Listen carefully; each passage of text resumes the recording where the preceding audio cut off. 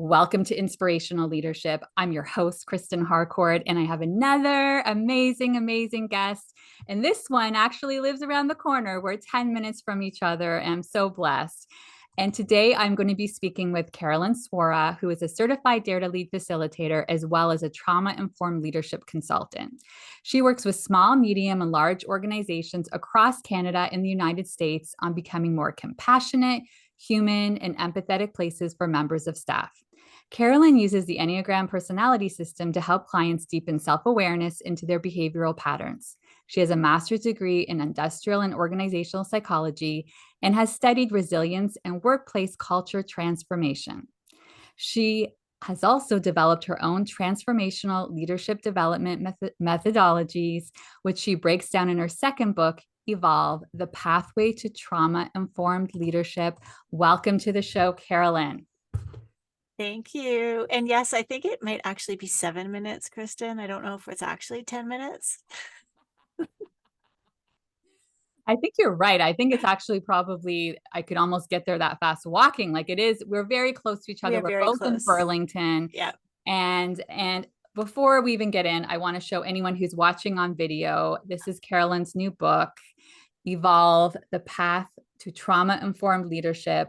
I read it. I loved it. And for everyone who is a regular listener, you're going to understand immediately why Carolyn is such a good fit for the show, because she's really speaking the language that I speak on the show when it comes to human and what that looks like, because there's a variety of different focuses when we start to think about human to human.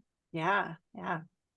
So Carolyn, as a starting point, I always like to give my guests an opportunity to share a little bit about their story. And people who want to have a more in-depth, read the book, because you get to hear a lot of Carolyn's story. Yep. But you share with us whatever feels most apropos at this moment around your story and why you're so passionate about this work. Yeah. I think here's the best way I'll describe my story. From a young age, I was very invested in getting people to get along. And it showed up in sports. I'm an only child. And so back in those days, we used this horrible word called tomboy. So I was your tomboy. And I found that I could really bring people together to work well on teams. So it started out, as the captain. I always played on boys' teams. In fact, I got in trouble at school for beating the boys up.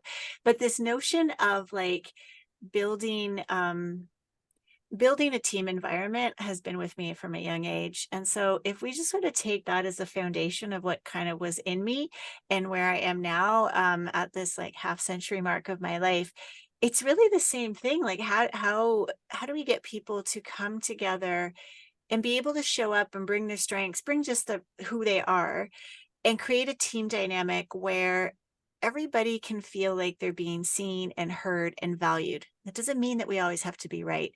And so all the stuff that's happened in between has, I think, made me more aware, more able to be present for other people and let them own their own journey in this pathway.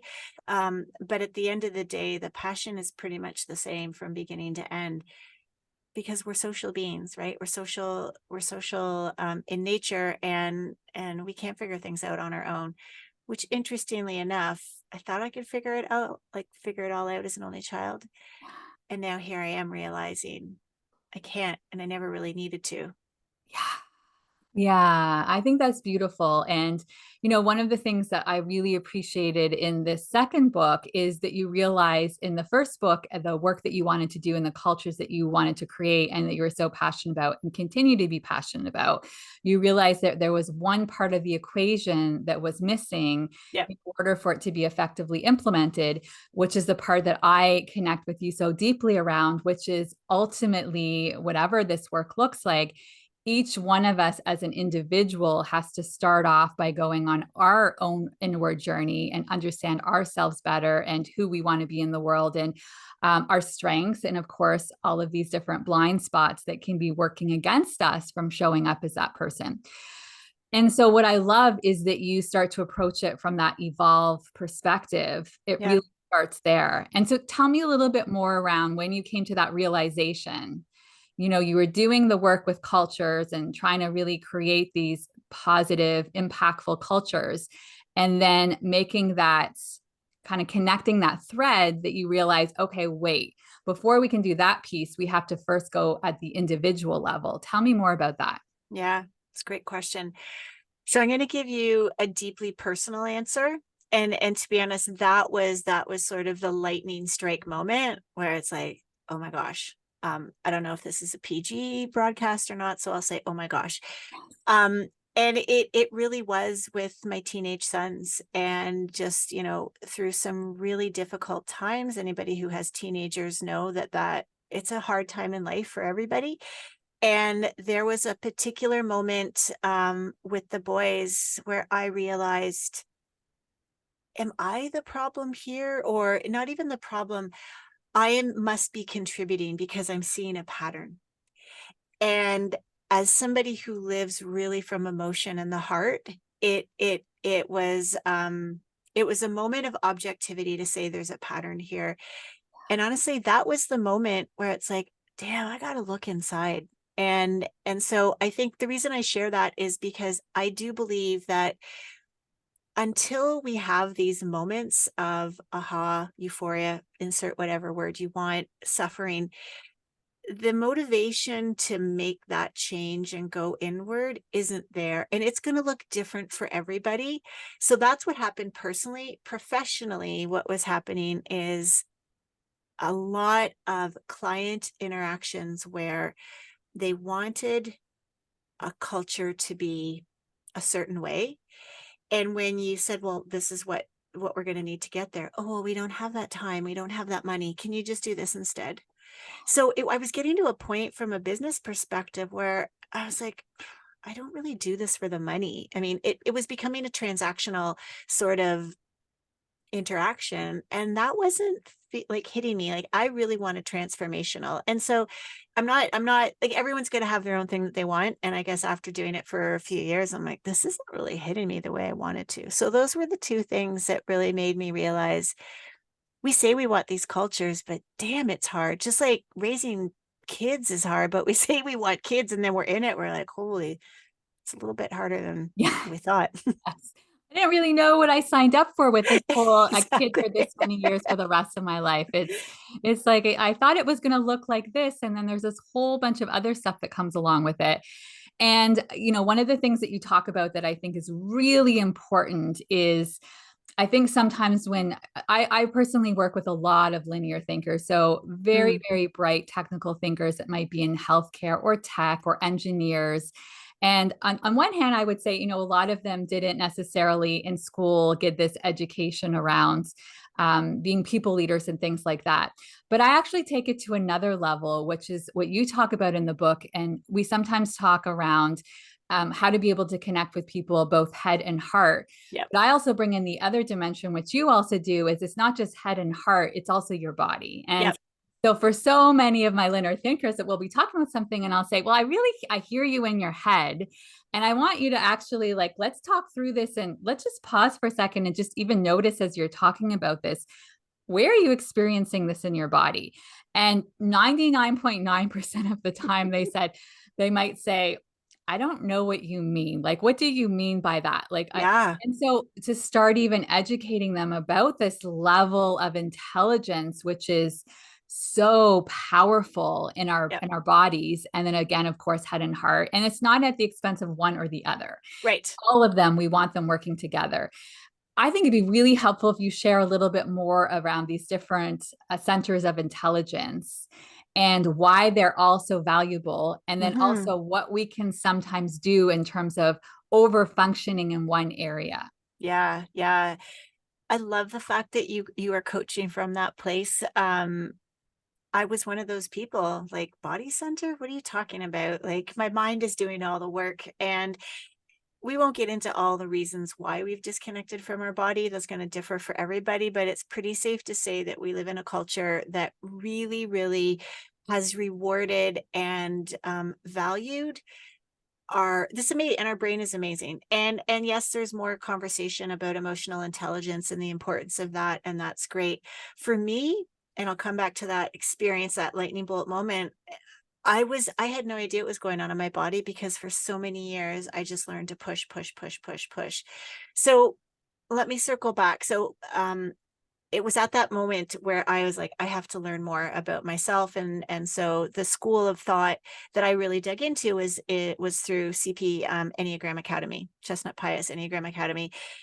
So this notion of centers of intelligence just made a ton of sense to me. And the idea here is that we all have access to these three centers of intelligence. So just because I'm a heart-based person doesn't mean that I can't think. It actually doesn't mean that I feel any more or any less than other people either. Um, and so that was really helpful. So we have all of these centers of intelligence. The piece that I found incredibly helpful for myself and then took it into my work was understanding that we all have a dominant center of intelligence. And what that means is we are going to perceive the world through a specific lens. And if we're coming from our heart, or if we have a dominant heart center, it means that we perceive the world through feelings and relationships. Again, it doesn't mean that if you don't have a dominant heart center that you don't have feelings and you don't have relationships.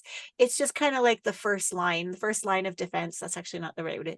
It's sort of that first lens that you see it through. And we don't even know that because it's so ingrained in how we see the world. So, from a heart base, that's sort of the first layer.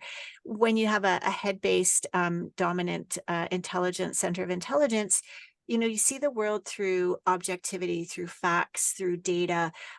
You like to see the big picture. You like to have those connections. I shouldn't even say like to have. Those are sort of your first layer, like your first layer of perception. And then your body center is very instinctual in nature. And people with dominant body centers, it's kind of like their body talks to them, which for me was like, wow, that's really cool, because I didn't even know this puppy was attached. And so within a dominant body center, there's a very strong drive for like justice and what is right, and just knowing that what the right thing is to do. So with body center dominant, you'll see like a lot of jumping into action right away.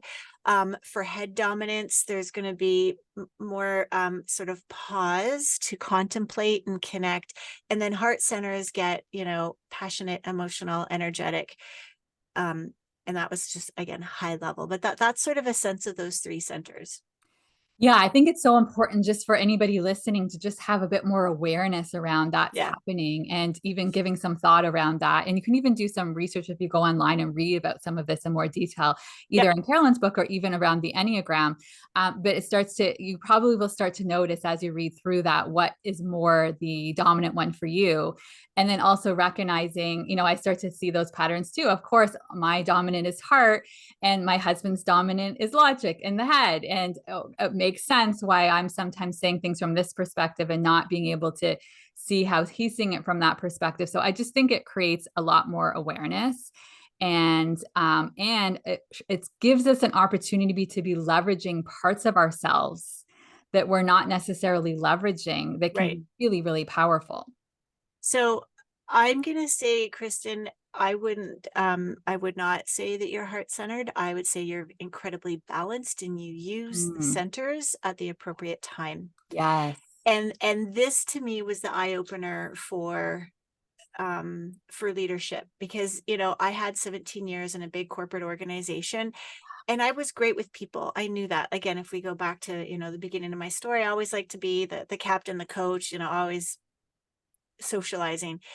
Um, and so I got so ingrained at how I thought the right way to lead was, and that it was based around relationships. And it actually became like a distraction for me, because the people I worked with and the higher ups couldn't see that I was so strategic. In fact, I was told this often until people worked with me. I'll never forget, it was a VP.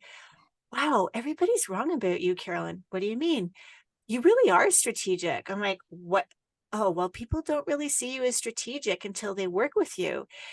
So that was, again, now that I have this insight and I know the system, I'm like, oh, because that darn heart center, I had just sort of doubled down on it because I didn't I was stuck. I mean, we can come back to other contents in the book, but I was trying to survive the only way that I knew how. And and I have a great head center. We all have these three centers. And so to circle back, you were incredibly balanced in my experience. I know that we're friends. In my experience with you, having traveled to Nashville and losing luggage with you as well, you use your heart in beautiful ways, and you also use your head in beautiful ways as well. Like, when I think of conversations about running our own businesses, and it's been something I've really admired, your balance through all three of those centers.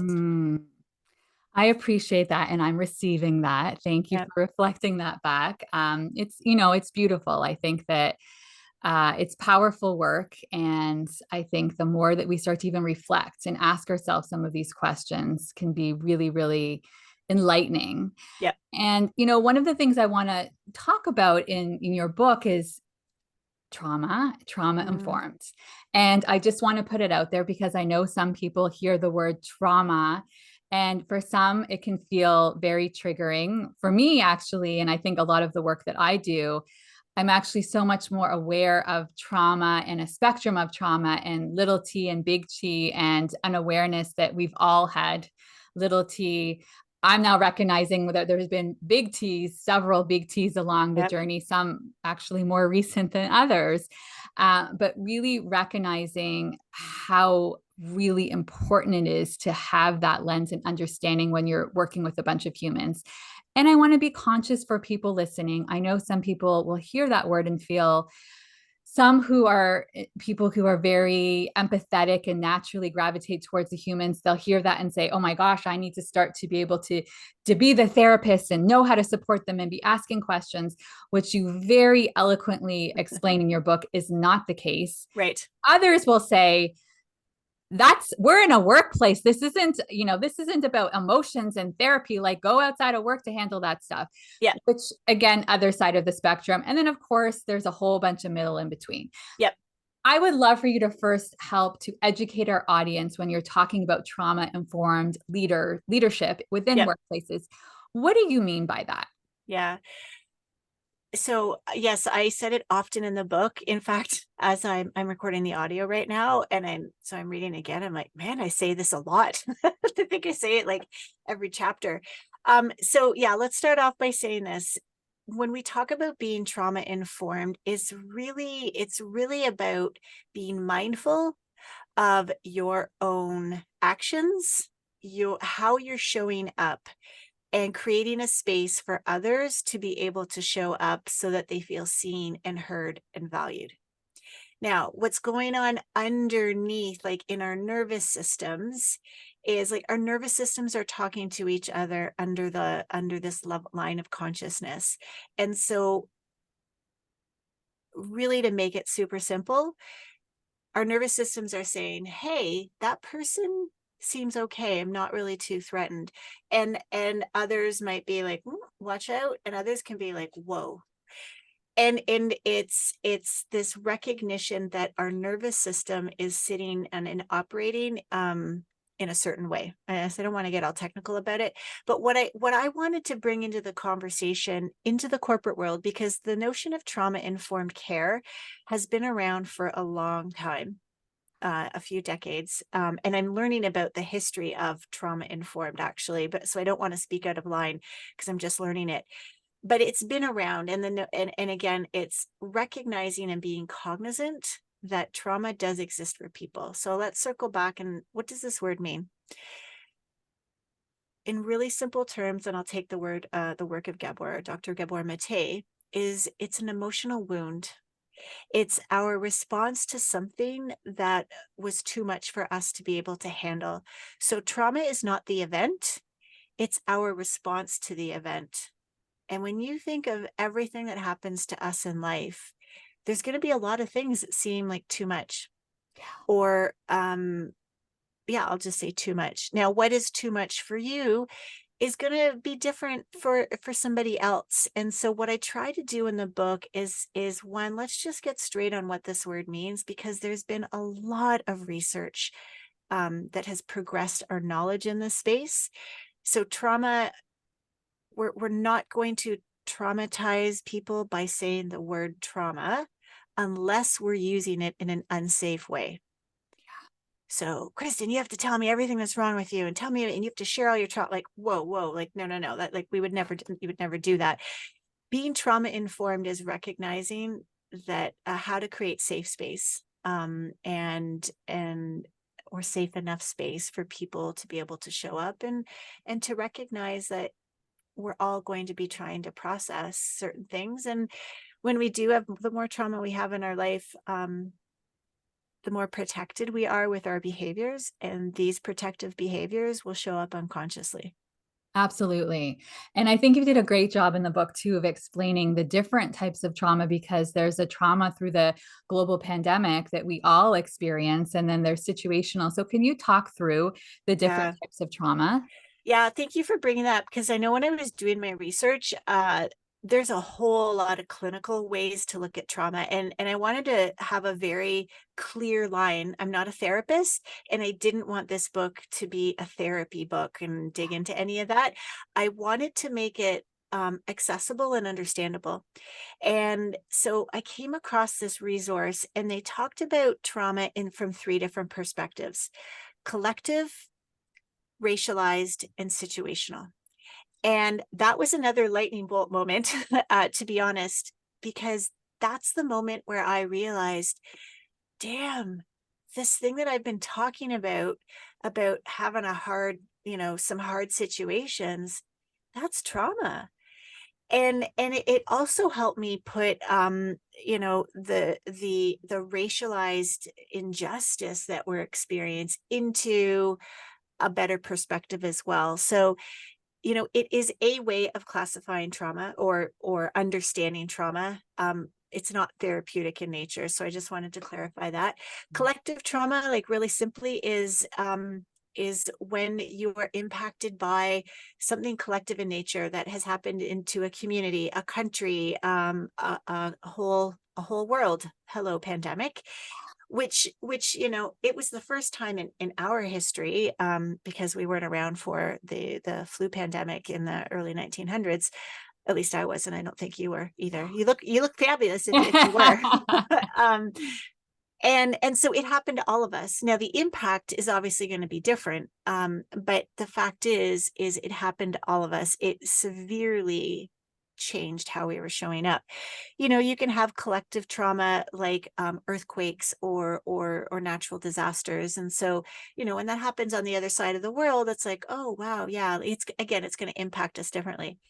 You then have situational trauma, which is just kind of, as the name explains, like there's going to be different situations that we all have, and this is where you could bring in, that there will be all sorts of different unfortunate types of abuse. There could be car accidents. There could be losing a parent. So all sorts of like situational things.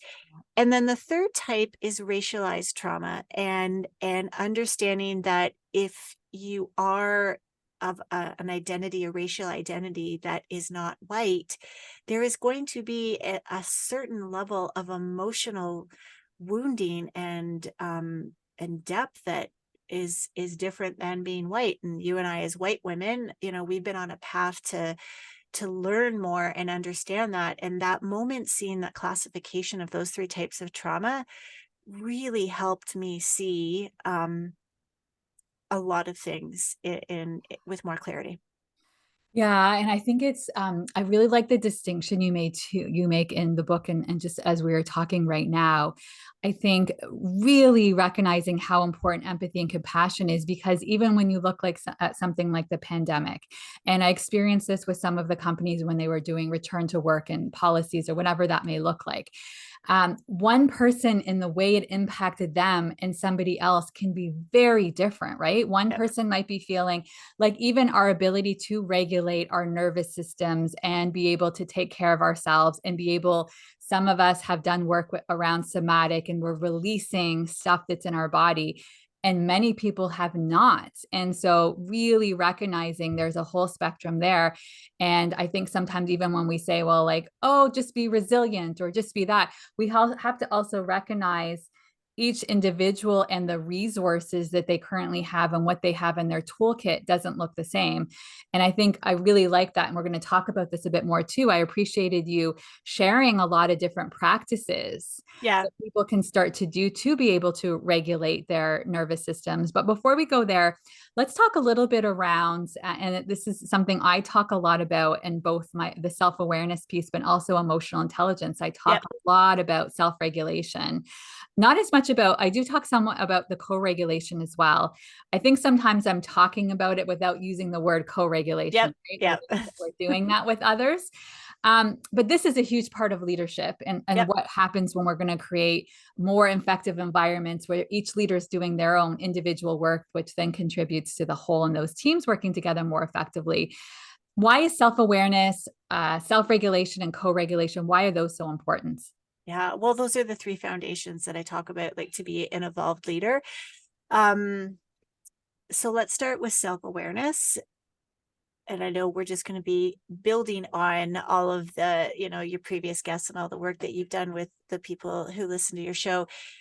At the end of the day, here's how I like to describe it. Our intention is always going to be different than our desired impact. And that's just a fact of human nature. And so how far of a gap are you willing to tolerate? And that's honestly as simple as it is. And that took a bit of self-awareness for me to accept that, because it might not be my intention to sound irrational or to not provide you with enough facts. In my head, I think I'm doing the right thing. So we'll come back to centers of awareness, right? When you are so stuck in your center of awareness, you can't really even understand or have the compassion or the belief that somebody else is experiencing you differently, because you just want to protect what's been built. So that's the first one, is there's always going to be a difference between an intent and impact. And then the more we'll go into self-regulation, the more you're able to manage through that emotion and that reaction to like, damn, that's not what I meant. And instead of putting it on the other person, saying it's all your fault, you got to figure that out. The self-regulation piece to me is, okay, well, what's my emotional response to that? And let's work through it and with it versus, no, thank you, you're wrong, right? Because then we're just like offloading it or we're bearing it. So you need both of those, and then enter co-regulation. And so I was recently interviewing somebody for my podcast. Her name's Katie Kurtz. I think she's a phenomenal resource in this space of trauma-informed work. And she talked about co-regulation as being well-resourced. And I loved, in fact, I was going to say it, just you mentioned that just a few minutes ago. So being well-resourced means having your nervous system in a state that it is calm. You are able to receive, you are able to, to give in a very calm way that is not reactive and sort of, reactive. It's mindful. And so co-regulation is really about how we are with everybody. And, again, our nervous systems are always talking to each other. We can't see it. So it's never really been talked about. And I would say, if I were to rename my book, I would say your nervous system is a leadership tool. And would you walk by $1 million sitting on the floor if you knew it could help you be a different leader? Mm-hmm. No, you wouldn't. So then why are we not investing in these practices to help us co-regulate, to self-regulate, and have the self-awareness? Why? Because it's hard. Yeah. It's hard to do. We got lots of stuff going on in our lives. And that lightning bolt moment that I had, there was a lot of stuff going on in my life. And I'm like, I have to change. I have to change because I don't want to hurt the people that I love the most. So beautiful. I mean, it's such a courageous act with what I just heard you say, Carolyn. And it's reminding me as well, something that I learned a lot about. I reply this a little bit more in my personal relationships, but I actually talk a lot about with this leaders and organizations as well. When we start to think about repair and vulnerability, Yep. because when I really learned doing repair properly, it's not saying, I'm really, really sorry. It wasn't my intention. Oh, no, no, no, no. That's not a sorry, because you're already taking away. You're not Yeah. taking there's nothing about what your intention is. The fact is Yep. that person received it in that way. And it's about, I'm really sorry that I, handled that the way I handled it. I wasn't showing up as my best self, and I apologize. And I'm going to work harder to not make that happen again. Nothing about, and it wasn't really my intent, because that's you like giving an Yeah. apology and then taking back the apology at the same time. And that's and this, so I love that you brought this up, because as we have more power, more positional power in organizations, and even any type of privilege and power, right? So wherever we are in that wheel of power and privilege, at work, at home, in our community, it's a lot easier for people with more power and privilege to say, well, that wasn't my intention, and to essentially unintentionally or intentionally offload and say, that's your problem, not mine. And it's like, you're going to deal with the discomfort, not me. And this is the shift that is happening in workplaces, and it needs to continue to happen, which is, the more power and privilege you have, positional or not, you have more accountability to close this gap and welcome people into the discussion. So it becomes a discussion or an understanding or a sharing, so that both experiences can be valued and not one overvalued over another. Yes, yes, well said. And I think you also gave a great example that felt a bit vulnerable in the book, that I wouldn't mind you right now just quickly sharing this story around something not being your intent, going into a meeting, feeling like you left the meeting. It's like, Oh, wow, I yeah. was like superstar. That was the best meeting ever. And having a colleague who, again, I want to acknowledge her and her bravery to have a Yep. daring conversation and come back to you and share her experience of the meeting that was not the same. Do you want to quickly share that story? Yeah. Yeah. Yeah. So had a meeting, and basically we had a few things we needed to decide. And I'll be honest, going into the meeting, I was a director. I knew what needed to happen.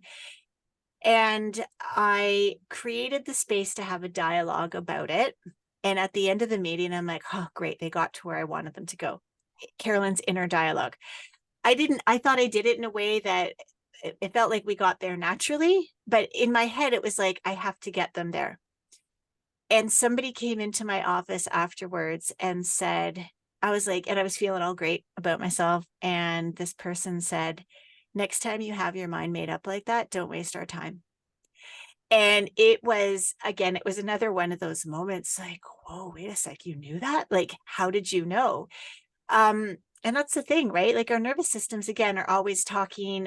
People are going to have different perceptions, and I'm sure, this person had a different center of intelligence, and I'm sure that they were able to perceive some of my words and behaviors in a different way. And I've never ever forgotten that, and I still can remember that moment. And again, as a feeling type, that feeling of like, oh my gosh, I thought I was a superstar, and I am anything but. And then I felt really embarrassed, actually. It's like, oh boy.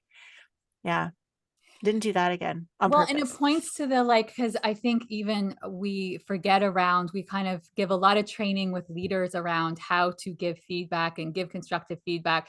We don't necessarily give enough training around both the individual, around like what that's like to be able to receive feedback Mm, and experience what's going on in your body, and even being able to say, thank you so much for the feedback. I'm going to need to take some time to process, and I'd love to talk with you about this a little bit more later. Right? yeah. Like, you get to be able to just even receive it. In that example, of course, you were working through it, but there's times where even in that moment, talking about the nervous system, your nervous system might feel flooded. You can't really receive it. And you might say, I really value what you have to say, and I'm just realizing I can't receive it all right now. Maybe we can talk a little bit more later. Like, Yeah. even recognizing to receive feedback can be incredibly vulnerable, as is very vulnerable for the person giving feedback. If they're doing Right. it in a constructive, caring, compassionate way, it can be really uncomfortable. And I've seen it from both ends. I've seen it from where the leaders really struggle and they're not giving the constructive feedback, sometimes even the positive, which can also feel vulnerable. And Yeah. then the people who are receiving the feedback, how they can struggle with it because it feels very much like it can feel like they're somehow lesser than, I'm not enough. It can really internalize that there's something wrong with them, as opposed to like, oh no, like this is actually very constructive for your growth and development. Yeah. You said something there around receiving feedback, and I think that that is the true feedback skill. How do we receive? Because at the end of the day, we can choose whether or not we want to receive feedback. And some people, we're going to value their feedback more than others. But at the end of the day, I've learned about myself, I've never been good at receiving feedback, good or not good. In fact, it's easier to receive the not good, because then that tells me, oh, here are the other steps that I need to make to be, quote unquote, perfect. Right. And what I learned, and I learned this at the book launch, was how to receive praise and recognition. Because and your listeners, you might all connect with this. When somebody gives you a compliment, what's your response? Thank you. I'm going to receive. You said this to me before we started talking. Carolyn, I'll receive that. Or do you, in your head, you're like, oh, no big deal. Or no, it's no big deal. Don't worry. You don't have to say that. That's a common place for people to go. And yet no one talks about that part. So to me, how do we receive feedback? And in the workshops that I do, we spend more time talking about that. The process, situation, behavior, impact, that's easy. It's the emotional side of all of this. And how can we do it from a place of openness, and not of these armored behaviors? So hello, self-awareness, we're back to you again. Yes. Yeah. And I talk so much about that. I would have to say a lot of the leaders that I work with really struggle with receiving when it is the compliment. And I talk about it's almost like someone sending love, and to be able to Yeah, receive that love feels super uncomfortable. And I talk about it like it's a boomerang, like that person's trying to give love and you're yeah. not receiving it. So it's like the boomerang, you're sending it back. They're like, oh, I just wanted to give you the love and you're not taking the love. And I spoke about that, right, in the book. Like Yeah. that word love bothered me, and especially at work. And I referenced a little bit of Marcus Buckingham's work, Love and Work. And at the end of the day, use love or not, open your heart, whatever. I know love feels like a weird word at work, but let's use the word belonging, right? Yes. Open. Yes. And that, there's tons of research around belonging now. Deloitte's reports for the past 3 years have talked about it. And there was a stat that I brought in too in the book, but saying that this notion of belonging and creating places of belonging was the most agreed upon sort of index that CEOs said was going to really change their workplaces. Yeah. So like we have to, if we're going to truly do that, we have to understand ourselves, and truly understanding ourselves means embodying with our head, our heart, and our body that we aren't perfect. Yes. Yes. And that in that imperfection is where our authenticity lies. Absolutely. Yeah. Absolutely. Perfectly imperfect. I talk a lot about that. And I also talk about just being able to it's about progress, not perfection, right? Being able to continuously learn and grow about yourself. Yep. So, as we start to think about wrapping up today's conversation, I would love to just leave the listeners, because you did a really great job sharing some practices Yep. that people can do to start to regulate their nervous system, to start to be reflective and get to know themselves a bit better.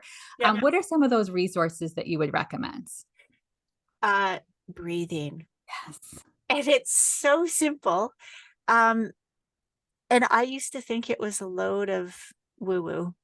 But I would say, and especially for those of us, if we have children at a younger age where it's like, I don't have time to sit down and do a 10-minute mindfulness practice or meditation. And 10 minutes is a lot, right? Like we know when the kids are younger.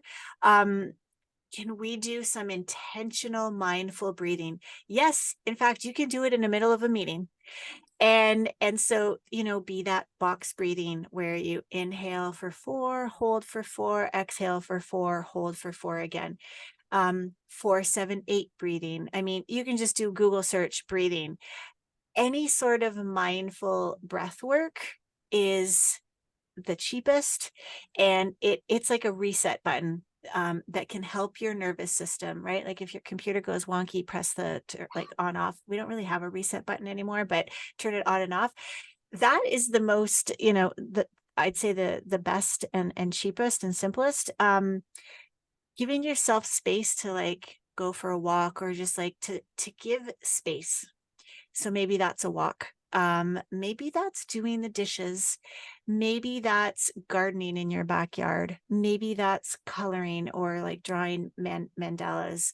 Maybe it's listening to binaural beats. And not podcasts, but like a binaural beat rhythm, frequencies when you're going out for a walk, or maybe just sitting. I was in a workshop the other day and somebody said, I just sit in my living room for 5 minutes before the day starts, and the kids just know that I'm just kind of gathering and just giving space to allow all the noise to just not be there. Honestly, that's to me the biggest Yeah, practice. those are huge. The other thing that you brought up in the book that I would recommend that a lot of people, a lot of my clients do is journaling, but not Yes. the version of journaling they might think it is. So some people feel like journaling is, I have to have a journal prompt. It's this whole thing. I have to write. No, sometimes journaling could just be you're releasing. I even have some people have the stream of consciousness. You just Yeah. write out whatever you need to write out and then leave it and then throw it out, even because it's another form of processing and Yep. just getting out the gunk that needs to get out. Or reflective questions is another way that I find that you Mm. talked about in the book that's really, really effective as well. Yeah. I will verbally journal sometimes, Yeah. and just speak into voice notes or one of those recording. It Yes. just, as you said, like Yeah. to get it Yeah. out. Yeah. Yeah. Yeah. Exactly. Carolyn, I know we could talk for hours. Yes, we could. Thank you so much for being here. Where can people learn more about you and your work? CarolynSwora.com. Nice. Nice. It'll all be there. I'm on LinkedIn and Instagram as well, so you can always reach out and connect there, and those are the two best places. Amazing. And we'll have all of that in the show notes. I appreciate the incredible work that you're doing in the world, Carolyn, Thank you. and thank you for sharing your wisdom with us today. Thanks for having me on, and we will continue a conversation. It'll just be on a walk somewhere in the Yes, neighborhood. exactly. We go for nice long walks and talk about everything. Yep. And right now, to everyone, wherever you are in the world, we're saying good morning, good afternoon, good evening, sending tons of love. Bye bye.